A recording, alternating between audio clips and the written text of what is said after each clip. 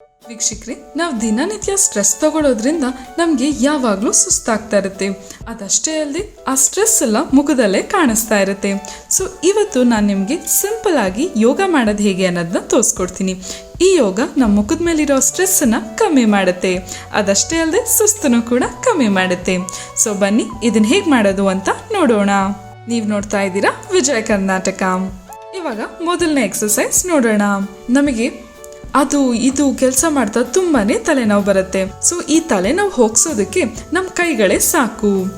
ನಮ್ಮ ಕೈಗಳಿಂದ ಹಣೆ ಸೈಡನ್ನ ಸ್ವಲ್ಪ ಎತ್ತಿ ಪ್ರೆಷರ್ ಕೊಡೋಣ.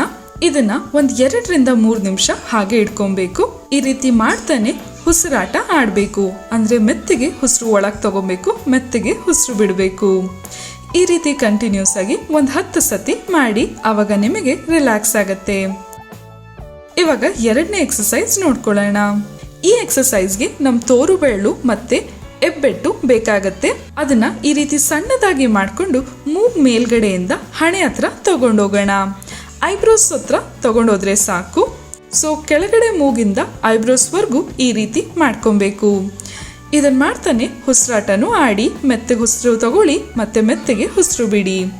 ಇದನ್ನ 10 ಸತಿ ಮಾಡಿ, ಆವಾಗ ನಿಮಗೆ ರಿಲ್ಯಾಕ್ಸ್ ಅನ್ಸುತ್ತೆ.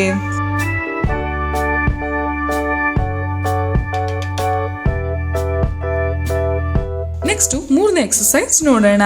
ಈ ಎಕ್ಸಸೈಸ್ಗೆ ನಾವು ನಮ್ಮ ತೋರು ಬೆರಳನ್ನ ಮೂಗ್ ಮಧ್ಯಕ್ಕೆ ಇಡಬೇಕು. ಆಮೇಲೆ ನಮ್ಮ ಬಾಯನ್ನ ಒಳಗೆ ತಗೊಂಡು ಮೇಲ್ಗಡೆ ನೋಡೋದಕ್ಕೆ ಪ್ರಯತ್ನ ಪಡಬೇಕು. ಈ ರೀತಿ ಮಾಡೋದ್ರಿಂದ ನಮ್ಮ ಫೇಸು ಸ್ಟ್ರೆಚ್ ಆಗತ್ತೆ. ಸ್ಟ್ರೆಚ್ ಆಗ್ತಿದ್ದಂಗೆನೆ ನಮ್ಮ ಫೇಸು ರಿಲ್ಯಾಕ್ಸ್ ಆಗತ್ತೆ.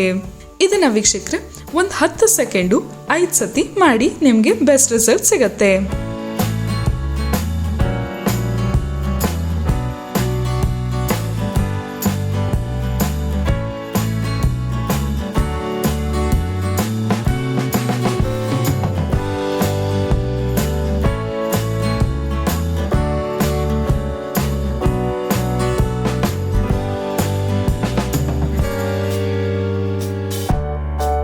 ಈ ಎಕ್ಸಸೈಸ್ ಜೊತೆಗೇನೆ ಇಡೀ ದಿನ ನೀವು ಕೆಲಸ ಮಾಡ್ತಿರ್ಬೇಕಾದಾಗ ಮಧ್ಯ ಮಧ್ಯ ನೀರು ಕುಡಿಯೋದು ತುಂಬಾನೇ ಒಳ್ಳೆಯದು.